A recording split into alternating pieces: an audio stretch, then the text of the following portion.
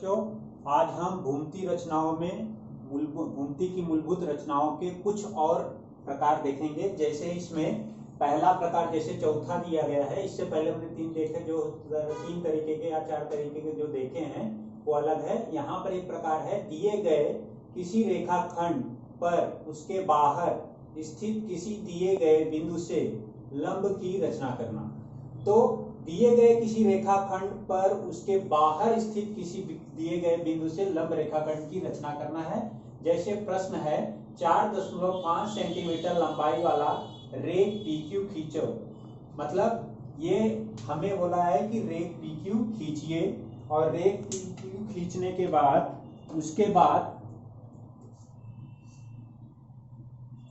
उसके बाहर M कोई बिंदु लो, बिंदु M से रेख PQ पर लंब की रचना कीजिए। फिर से पढ़ रहा हूं मैं, 4.5 सेंटीमीटर लंबाई वाला रेख PQ खींचो, उसके बाहर M कोई बिंदु लो, बिंदु M से रेख PQ पर लंब की रचना कीजिए। तो यहाँ पर हमने इसकी एक अच्छी आकृति बना ली है। यहाँ पर PQ 4.5 सेंटीमीटर है, PQ के बाहर यहाँ पर बिंदु M था, बिंदु M से हमने ये लंब खींचा है PQ पर। तो इस तरीके से हमें रचना करनी है। तो सबसे पहले हम क्या करेंगे, 4.5 सेंटीमीटर थोड़ी सी लंबाई मैं बढ़ा कर लूंगा जिससे आपको स्पष्ट दिखे, इसलिए मैं लंबाई बढ़ा कर ले रहा हूं। यहाँ पर 4.5 सेंटीमीटर लंबाई वाला मैंने रेख PQ खींचा। ये हमारा रेख PQ ये कितना है, 4.5 सेंटीमीटर। अब रेख PQ हमने खींचा स्केल की सहायता से, मापन पट्टी की सहायता से, 4.5 सेंटीमीटर हो गया। अब इसके बाहर स्थित ये कोई एक बिंदु है जिसे हम बोल सकते हैं ये हमारा बिंदु M है। अब बिंदु M से हमें रेख PQ पर लंब रेखा की रचना करनी है। तो यहाँ पर लंब रेखा की रचना करने के लिए सबसे पहले हम क्या करेंगे, प्रकार की नोक को बिंदु M पर रखेंगे और पेंसिल की नोक इस रेखाखंड से थोड़ा सा बाहर रहे, और इसके बाहर रहने पर हम इस तरीके से एक चाप खींच देंगे। ऐसा चाप खींचेंगे इस तरीके से, थोड़ा बाहर रहे, जैसे यहाँ पर ये आया था, और फिर हमने ऐसा एक चाप खींच दिया। इसको इस तरीके से हमने इसका चाप खींचा। तो चाप खींचने के बाद अब हमें लंब रेखाखंड की रचना करनी है। लंब रेखाखंड की रचना करनी है तो जब M पर रखकर हमने ये चाप खींचा तो हमें दो पॉइंट मिलते हैं। एक पॉइंट यहाँ पे मिल रहा है, दूसरा पॉइंट यहाँ पे मिल रहा है। अब इन दो पॉइंट से होकर हमें क्या करना है, ऊपर नीचे चाप खींचना है। तो ऊपर नीचे चाप खींचना है तो इसको थोड़ा बड़ा कर लेते हैं हम। यहाँ पर जैसे एक ये हो गया, उसी तरीके से नीचे की तरफ ये, और वैसे ही इस बिंदु पर रखकर प्रकार की नोक हम चाप खींचेंगे। जैसे ये, जैसे हमें ये मिला, ये हो गया, और दूसरा यहाँ पर ये मिला। यहाँ पर जैसे ये M को काट दे रहा है तो हम दूसरी जगह M लिख सकते हैं। यहाँ पर जैसे हमें ये पॉइंट मिला था, ये हो गया, और दूसरा ये। तो इस तरीके से हमने वहां पर दोनों तरफ उसके ऊपर नीचे चाप खींचा, और ये हमारा बिंदु जैसे ये M था। तो यहाँ पर अब ये जो रेखाखंड आ रहा है, ये रेखाखंड को हमें इसके पॉइंट से, मतलब जो दोनों चाप एक दूसरे को प्रच्छेदित करते हैं, उन बिंदुओं से M से होकर जाने वाला लंब रेखाखंड की रचना करनी है। तो लंब रेखाखंड की रचना करने के लिए, जैसे मैंने इसको स्केल थोड़ा छोटा पड़ रहा था इसलिए इसका उपयोग कर लिया। यहाँ पर मैंने यहाँ पर ये लंब रेखाखंड की रचना कर दी। अब यहाँ पर ये हमारा बिंदु यहाँ पर जो था, ये लंब रेखाखंड, ये 90 अंश दिखा दिया। इस तरीके से हमने 4.5 सेंटीमीटर वाले रेखाखंड के बाहर स्थित बिंदु M से लंब रेखाखंड की रचना की। अब हम पांचवा प्रश्न देखेंगे। पांचवें प्रश्न में हमें क्या दिया गया है, पांचवें प्रश्न में दिया गया है, दिए गए किसी कोण के सर्वांगसम कोण की रचना करना है।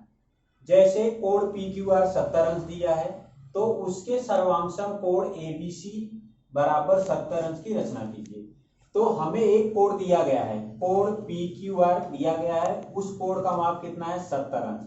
अब इसी कोण के सर्वांगसम कोण की रचना हमें करनी है, जिसमें हम चांदे का या डी का उपयोग नहीं करेंगे, चाप के द्वारा हम इसको उपयोग करेंगे, चाप के द्वारा इसकी रचना करेंगे।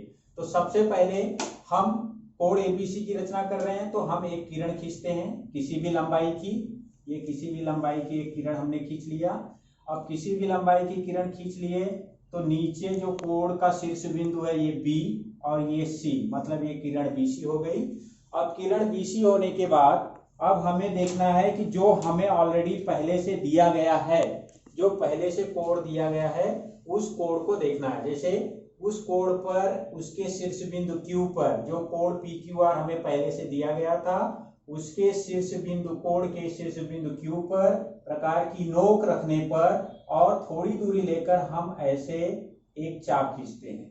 इस तरीके से हम एक चाप खींचते हैं। मैंने क्या बोला, बिंदु Q से प्रकार की नोक बिंदु Q पर रखकर और थोड़ी दूरी लेकर इस तरीके से हम एक चाप खींचते हैं। तो हमने एक चाप खींच दिया जो हमें पहले से कोण बना हुआ दिया था। अब वही माप लेकर बिना उस माप में फेरबदल किए बिंदु B पर रखकर हम उसी प्रकार का एक चाप खींच सकते हैं। और इस तरीके से हमने वो चाप खींचा बिंदु B पर रखकर।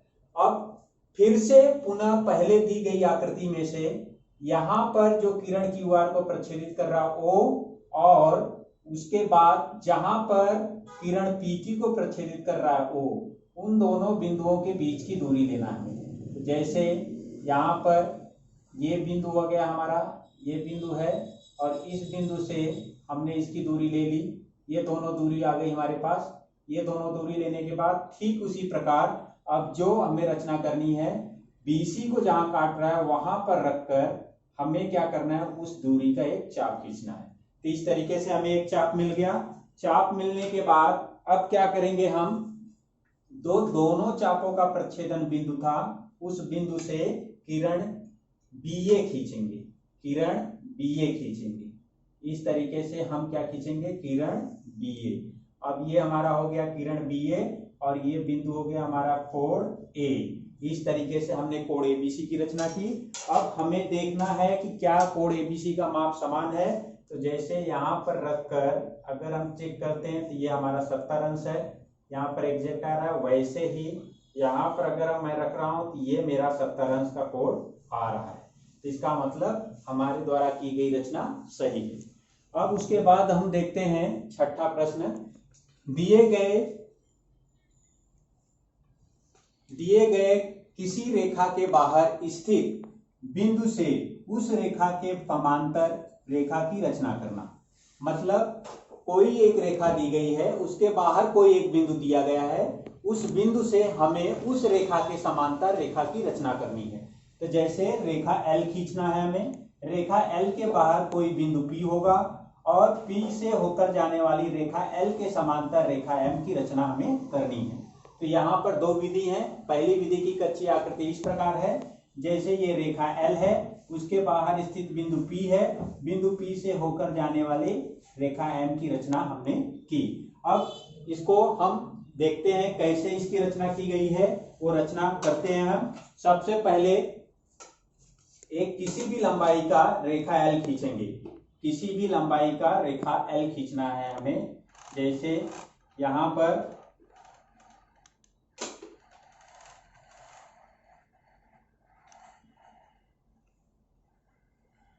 ये हमारा किसी भी लंबाई का रेखा L है, ये किसी भी लंबाई का रेखा L हमने रचना कर दी। अब रचना करने के बाद उसके बाहर स्थित कोई बिंदु P है, तो मान लेते हैं ये बिंदु P यहाँ पर है, यहाँ पर ये बिंदु P है, ये बिंदु P इस तरफ पे है, ये बिंदु P है, उसके बाहर स्थित है। अब ठीक उसी प्रकार से हमें रेखा L के समांतर रेखा की रचना करनी है। तो हम क्या करेंगे, सबसे पहले यहाँ पर ये जो बिंदु P है, इस बिंदु P से इस रेखा के बाहर हम अपने पेंसिल को लाएंगे, प्रकार की नोक यहाँ पर बिंदु P पर, और इस तरीके से दो चाप खींचेंगे।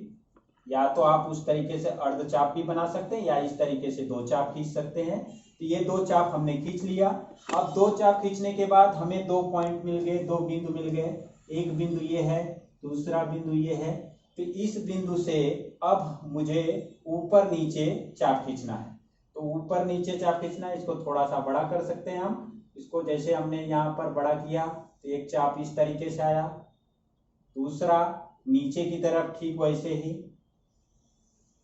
ये चाप ऐसे आया। अब इस तरीके यहाँ पर सेम उसी तरीके से बिना माप चेंज किए हम फिर से चाप की रचना करते हैं। तो जैसे यहाँ पर हमने एक चाप की रचना कर दी ये। अब उसी तरीके से हम नीचे की तरफ एक चाप की रचना कर देते हैं, ये इस तरीके से। तो ऐसे हमने दो चाप खींच दिए।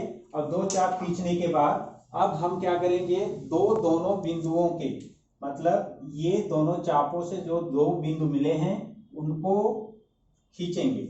उनको खींचने पर जैसे ये बिंदु P से होकर आ रहा है, तो यहाँ पर ये जैसे ये बिंदु P है, बिंदु P से ये इस तरीके से हमने